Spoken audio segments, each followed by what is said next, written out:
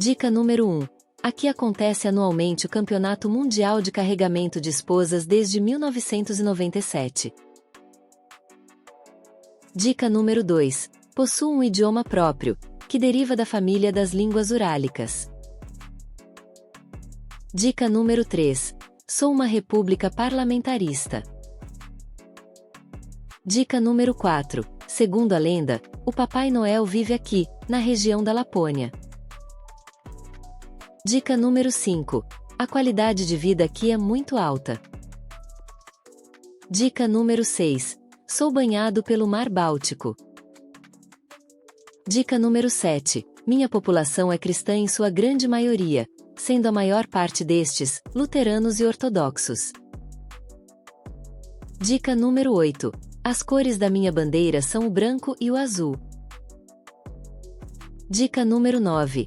O inverno por aqui é longo e rigoroso. Dica número 10. Na região norte daqui é possível se observar o fenômeno conhecido como Sol da Meia-Noite.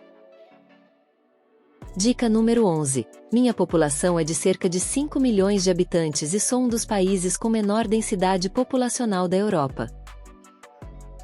Dica número 12. Entrei para a União Europeia em 1995 e adotei o euro em 2002.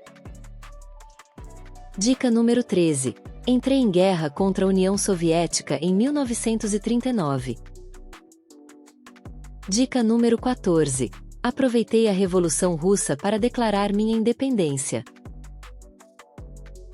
Dica número 15. Já fiz parte do Império Russo.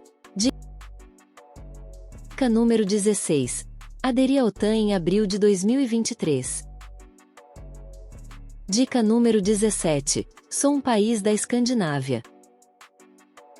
Dica número 18. Minha capital é Helsinki. Dica número 19. Fui colonizado e cristianizado pelos suecos, durante as Cruzadas do Norte, no século XII. Depois disso, fiz parte do Reino Sueco por mais de 600 anos. Dica número 20. Faço fronteira com a Noruega. E aí, acertou? Parabéns para quem palpitou, Finlândia. Até a próxima rodada do jogo. Que país é esse?